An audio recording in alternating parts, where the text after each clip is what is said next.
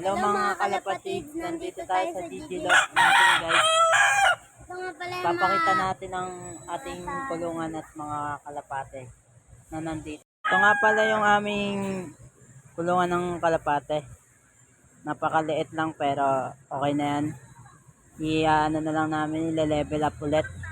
Nandito po yung kalapate natin guys. Papakita ko lang sa inyo guys.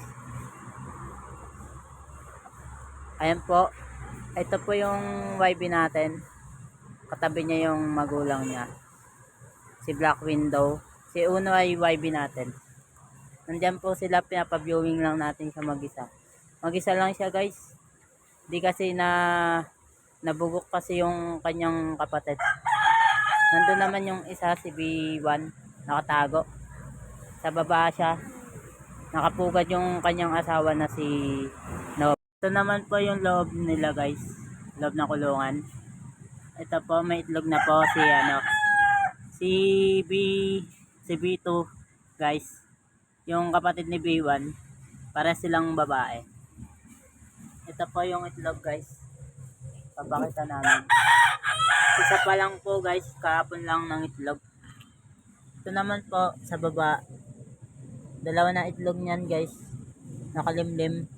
Ayaw nila sa kulungan guys. Nag-aaway sila.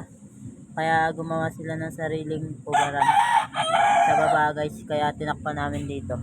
Para di maano ng daga guys. Ito naman guys yung pa-viewing namin sa kanila guys. Diyan namin nila pinapasok.